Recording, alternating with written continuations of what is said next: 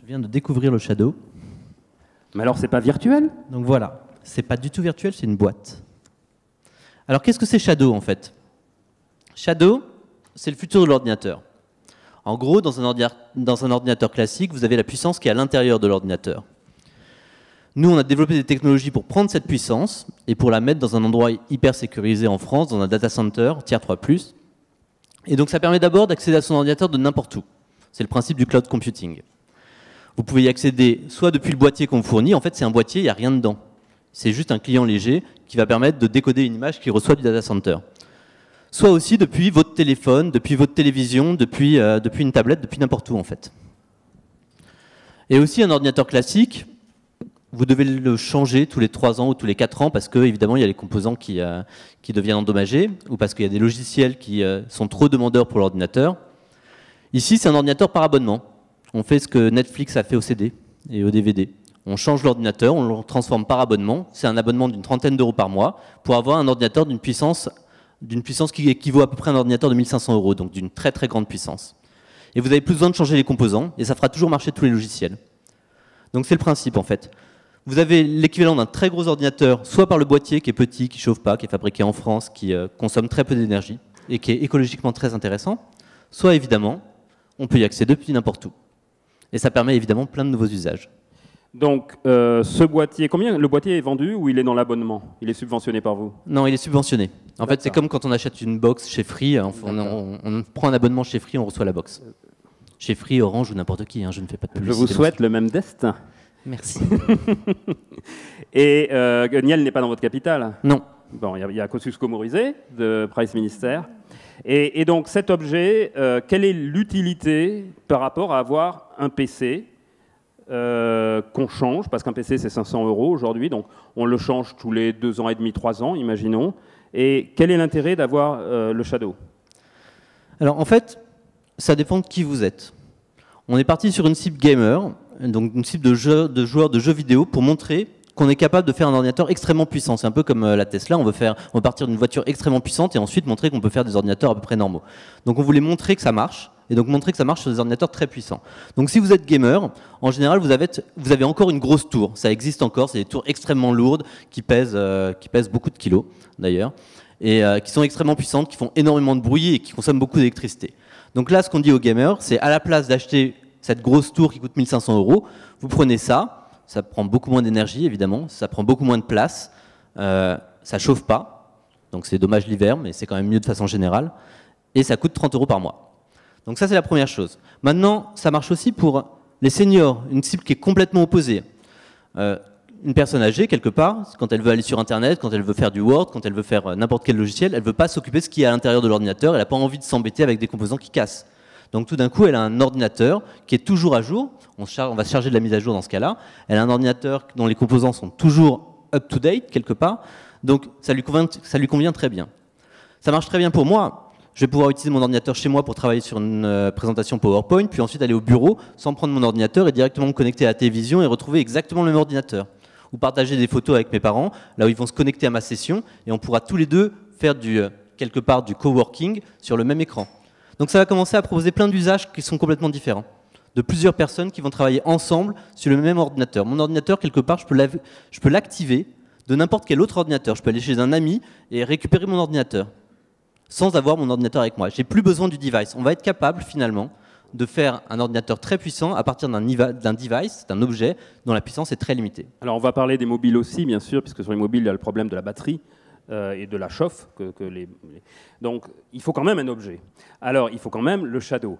Et avec mon PC, donc ça veut dire que je dois quand même avoir un PC. Je dois avoir un terminal. Car sur le Shadow, il n'y a pas d'écran, il n'y a pas de clavier. Alors, soit vous prenez le Shadow et effectivement vous le branchez à un écran et un clavier et une souris, ce qui est habituellement ce que font les gamers. C'est-à-dire que dans ce cas-là, le Shadow va remplacer l'ordinateur, la grosse tour, le desktop. Mais soit vous ne prenez pas le Shadow et vous pouvez l'utiliser de n'importe quel terminal. Encore une fois, si vous avez un smartphone ou une télévision connectée. Ou un Google Chrome NC. Effectivement, un Google Chrome. De la même façon, un ordinateur à 200 euros ou à 150 euros, ça va marcher de la même façon. Et vous allez pouvoir transformer votre Chromebook en un ordinateur extrêmement puissant. Chromebook, voilà, merci. Donc l'idée, c'est de dire, ben voilà, jusqu'à présent, le cloud se limite à des fichiers, enfin au départ, à des fichiers, donc Google Drive étant évidemment le plus connu, et puis il y a Microsoft Store, etc. Et après, on met des apps, donc ça c'est Salesforce, c'est toutes les apps en cloud qui se sont multipliées, qui ont une croissance extraordinaire, et vous dites, mais on va aller plus loin, on va mettre le processeur, la mémoire vive, et finalement tout le PC, l'essentiel du PC, si ce n'est l'écran et le clavier, vont être mis sur un serveur central. C'est ça le raisonnement. Oui, en fait, on parle depuis longtemps du cloud, et tout le monde en parle beaucoup. Nous, on ne sait pas trop ce que ça veut dire, on a laissé tomber, on ne savait pas de le définir. On parle aussi du SaaS, du PaaS, du IaaS, donc tous les mots en AS, donc on peut en faire plein, des très marrants en plus. Mais donc, nous, on va dans un truc complètement différent. On n'essaye pas de mettre certains logiciels ou certaines données ou une partie, on va juste mettre un ordinateur complet. Et en fait, ça, c'était la chose qui était probablement difficile à faire, puisque tous les experts du cloud nous expliquaient que c'était surtout impossible, il y a 6 mois. Et de dire qu'on peut faire un ordinateur dans le cloud qui fonctionne exactement comme un ordinateur normal. C'est-à-dire que vous allez avoir Windows 10 dessus, vous allez pouvoir installer n'importe quel logiciel, et surtout, vous n'allez pas voir de différence avec cet ordinateur-là ou avec votre portable, en termes de qualité d'image, en termes de réactivité, en termes de liberté totale sur l'ordinateur. Donc ça va avoir les mêmes avantages qu'un ordinateur, enfin les mêmes fonctionnalités qu'un ordinateur, sauf qu'on peut y accéder de n'importe où et qu'on n'a pas besoin de le remplacer. Outre le processeur et la mémoire vive, là, on achète des packs de mémoire vive où il y a d'entrée de jeu, je sais pas moi, 20 gigas de mémoire vive, et vous dites, comme disait Rolls dans les années 80, la puissance est suffisante, on communiquait pas dessus. Ouais, ou comme disait Ford, vous pouvez avoir n'importe quelle couleur du moment que c'est noir. C'est un peu ça, effectivement. La première version, c'est un ordinateur qui a une carte, donc une carte graphique très puissante qui est une 1070, qui va avoir 256 gigas de disque dur, qui va avoir 12 gigas de RAM, qui va avoir un certain nombre de cœurs, donc 4 cœurs de processeur, donc 8 threads. Ça, c'est caractéristiques techniques. Mais c'est surtout un ordinateur que vous pouvez faire évoluer comme vous le voulez. Si vous voulez plus de puissance parce que vous êtes architecte, vous avez besoin de travailler sur des maisons et de faire des gros calculs 3D, vous pouvez avoir plus de cœur, une carte graphique beaucoup plus puissante. Vous pouvez changer votre abonnement sur un abonnement du dessus. Si vous voulez plus d'espace parce que vous stockez plein de films que vous avez téléchargés tout à fait légalement, et bien dans ce cas-là, vous allez avoir plus de terras en plus et vous prendrez des terras en plus en plus de votre abonnement. Donc finalement, il y a toute la liberté de construire son ordinateur soi-même. Sauf que c'est dans le cloud. Et ça coûte 30 euros, c'est ça? Alors la première version qu'on envoie maintenant, ça coûte effectivement 30 euros, qui correspond à un ordinateur d'une valeur de 1500 euros. Alors ça marche, parce que j'ai vu les geeks qui vous avaient envoyé le boîtier sur YouTube qui se déchaînent, et visiblement il n'y a pas de vidéo négative. Alors ils se plaignent un peu sur le design, bon, mais l'aspect physique. Et on est très triste. Mais pas du point de vue technique. On a passé très très longtemps à faire un très très beau design pour les gamers, et en fait on a beaucoup de personnes qui nous disent qu'ils aiment bien le design. Moi, personnellement, je l'aime, ce qui est la chose la plus importante, je pense. C'est vrai, parce qu'on vit avec, et moi, je dois vivre avec moi-même, donc c'est dire, oui. Et c'est pas gagné.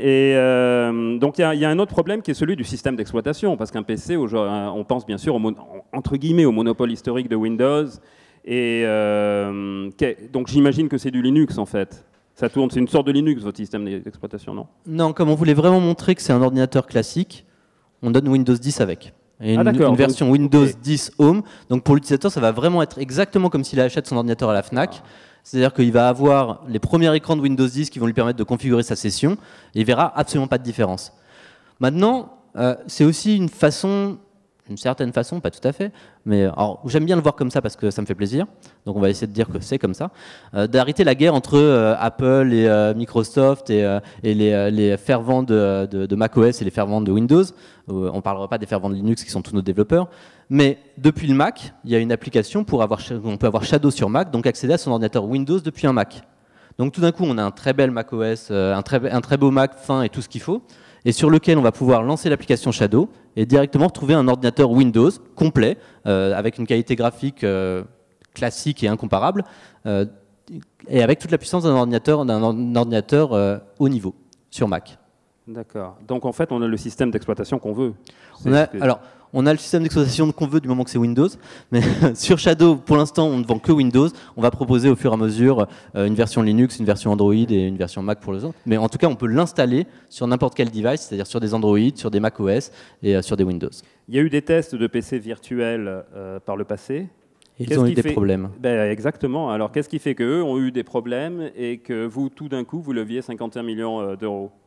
Enfin, pas tout d'un coup, j'ai bien conscience que c'est pas tout d'un coup, ça fait 1 an et demi peut-être que tu travailles dessus ou... Oui, ça fait. On a commencé en septembre 2015. D'accord. Un soir là où la lune était pleine. Mais donc après, on est allé assez vite. Enfin, on a eu la chance de pouvoir aller assez vite. En décembre 2015, on a fait une première levée de fonds de 3 millions d'euros.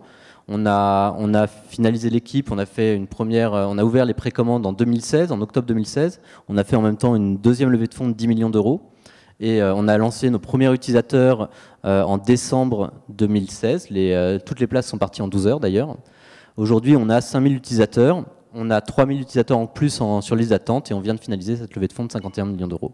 Après avoir fait finalement le test, la démonstration, que ça tournait déjà. Exactement, c'est-à-dire que les premiers utilisateurs, et c'était le but au départ, c'est-à-dire montrer d'abord que ça marche, qu'on est capable de faire un ordinateur qui fonctionne, qui est dans le cloud, mais qui fonctionne exactement avec la même expérience qu'un ordinateur classique, et aussi montrer qu'il y a une demande. C'est-à-dire que les gens sont demandeurs d'un ordinateur comme ça et qu'on est capable de montrer tous les avantages qu'il peut y avoir. Et ce qui fait que vous, ça marche et ceux d'avant ont échoué, c'est quoi la différence?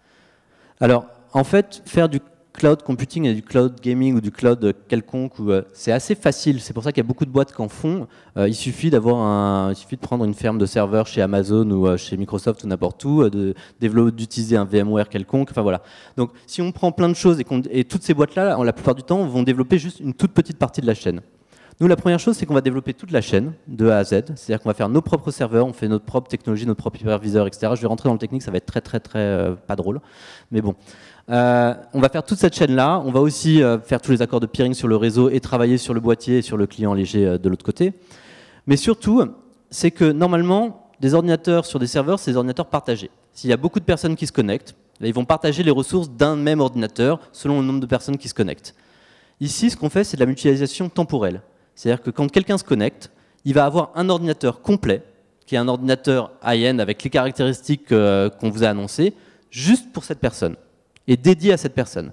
Et en fait, quand elle arrête de se connecter, eh bien, les composants sont libérés, la puissance est libérée et peut être utilisée à quelqu'un d'autre. Dans ma tête, j'imagine des bras robotiques qui prennent dans le data center une carte graphique, machin, et qui construisent l'ordinateur en une seconde chaque fois que quelqu'un se connecte. Mais c'est assez beau à voir.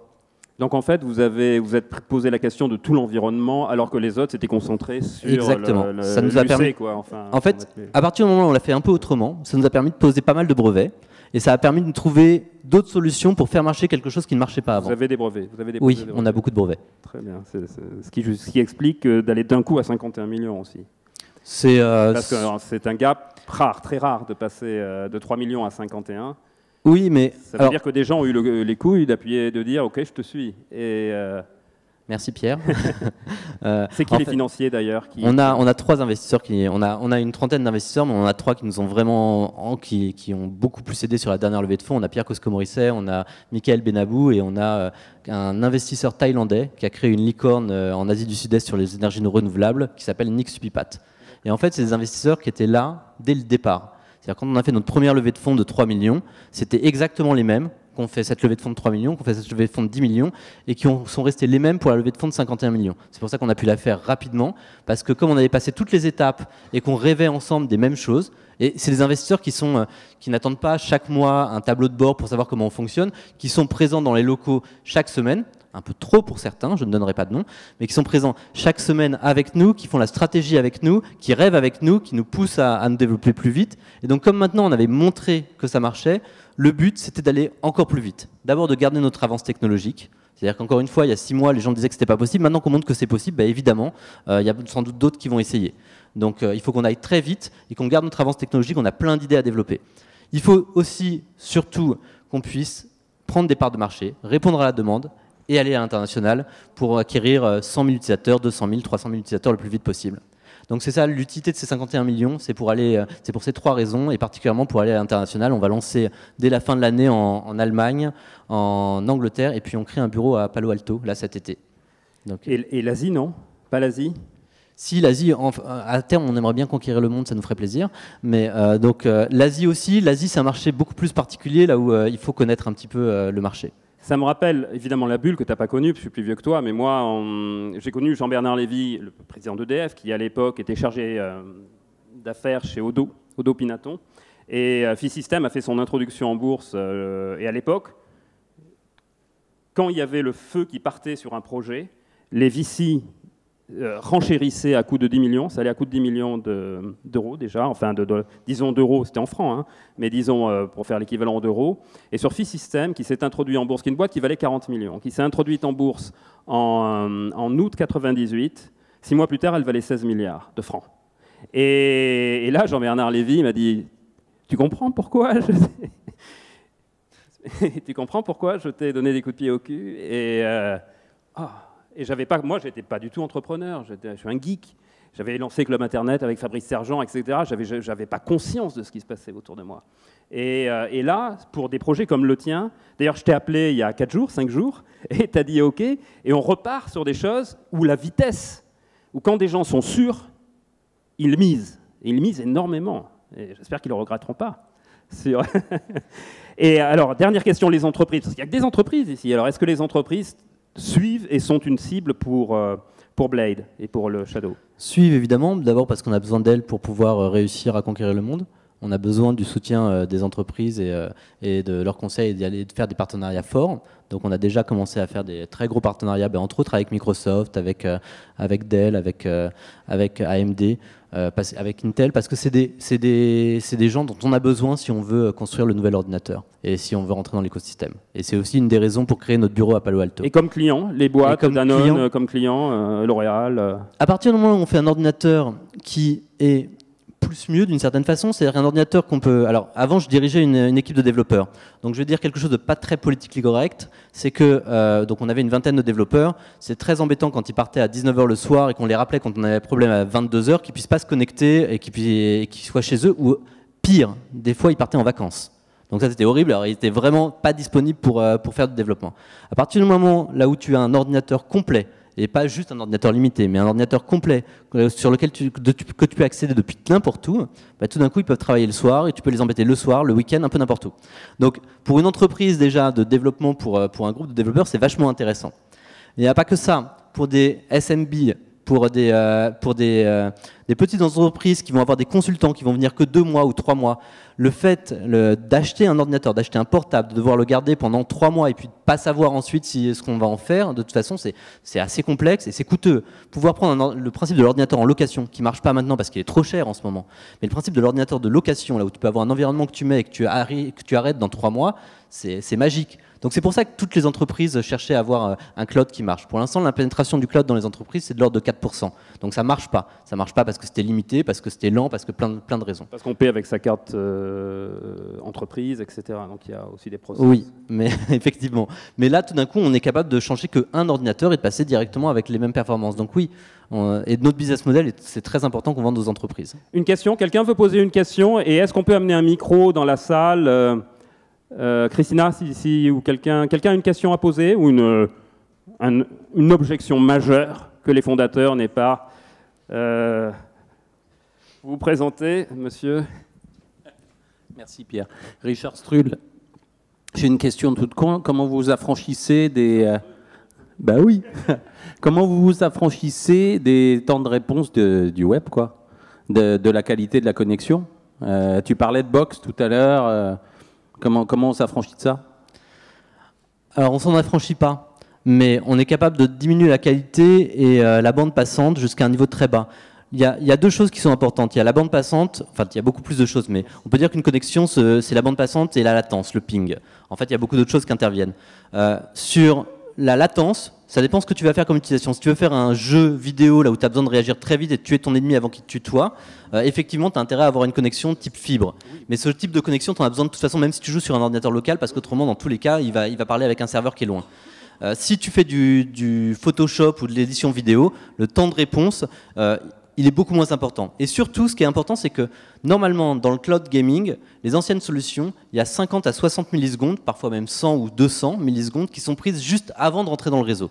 Donc un réseau en fait de 10 millisecondes qui va être de Paris à Marseille sur une fibre, ça va être négligeable par rapport aux 50-60 millisecondes. On a retiré ces 50 à 60 millisecondes, on a baissé ces 50 à 60 millisecondes à 3 millisecondes. Donc tout d'un coup, maintenant, tu n'as vraiment que la latence du réseau qui est vraiment pas si importante que ça. On a fait donc des démonstrations de notre ordinateur, on a joué à des jeux, des derniers jeux PC en 4G sur un téléphone à HEC, à l'école 42, devant une foule de 200 personnes. Ça marche très bien. Et on est même capable, on est en train de développer justement de la redondance de données pour la DSL. pour des délais assez bas. Vous travaillez, il y avait Guillaume Poupard de l'ANSSI qui est intervenu, vous travaillez avec l'ANSSI pour la sécurité, tout ce qui est hacking possible dès l'instant que... Pas encore. Pas encore. Pas encore. Non, il sera ravi que tu ailles le voir, à mon avis.